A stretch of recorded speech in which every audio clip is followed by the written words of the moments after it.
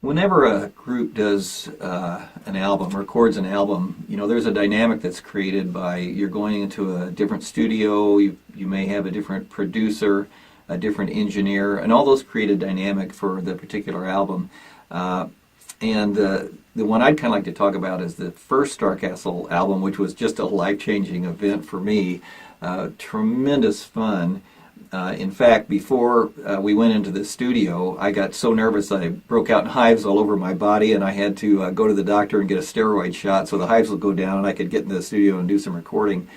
But CBS Records, we were signed with CBS at that time. And just as a little aside, the way that these record deals work is, the record company sees you, they decide that they're going to sign you. They come with this big, long contract, which, of course, at that time I was in my early 20s, had no idea what that was all about. But essentially what it boils down to is 10 or 12 pages of legalese that says, you guys get to record records and play music, and we get to keep all the money. And that's basically how the recording contracts work.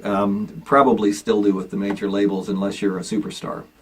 So anyhow, we got a recording deal. We went into the studio for the first time, and CBS brought in a couple of guys from California, a producer for us that they knew, and an engineer. They were great people to work with. And we recorded in a little place called Golden Voice Studios in Pekin, Illinois, probably because the record company wanted to save some money, but it turned out to be a great place for us to record.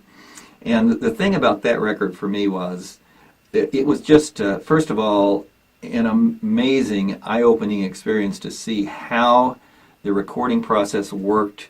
I just loved the studio, and I loved being involved in all of the technical aspects even of how the recording process works. So just tremendous fun. But then the most incredible time for me was when I heard the songs being played back.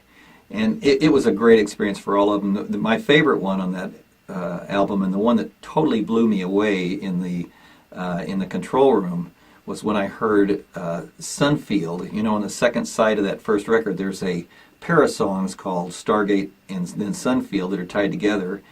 And when I heard the playback on Sunfield, I was just knocked out that we could have produced anything that, in my opinion, was that great. I just thought, this is really good stuff. So it was just a lot of fun. I had no idea that we could pull off anything that I felt was that good. So it's a very rewarding experience for me. I really enjoyed it.